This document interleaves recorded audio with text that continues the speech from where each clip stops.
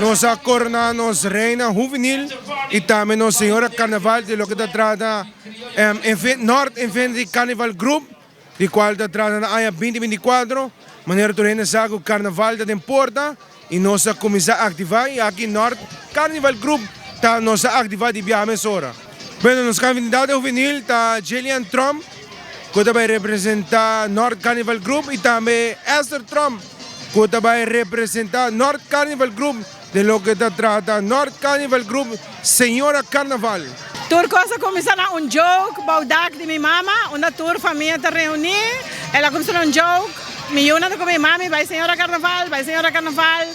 já meu primo na caia deng, minha amistade estão, ela começou um joke, me digo não, ok, tá bom, me dá vai.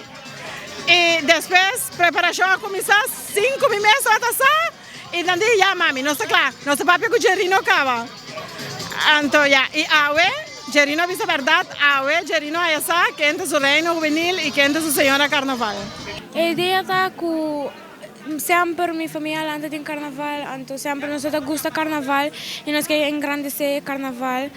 de Aruba. Para nós é importante sowieso que o grupo ng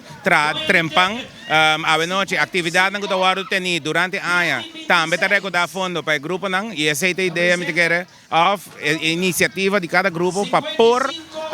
essa atividade durante a ano para não recordar fundo automaticamente para vai carnaval aqui que vai estar grande. Dois candidatos novos, juvenil e senhora,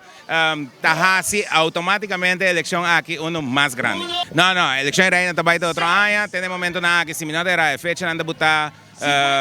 se me nota era dias 3, dias 4 e banda de januário. Esse segundo, mais ou menos, está não tinha schedule como no momento aqui, pero esse está, já sabe, nós estamos tem momento aqui, riba schedule, nós temos reina juvenil e reina infantil, e já domingo nós temos senhora e reina grande, pero muito provavelmente vai vir a reina grande riba já domingo e senhora riba já luna.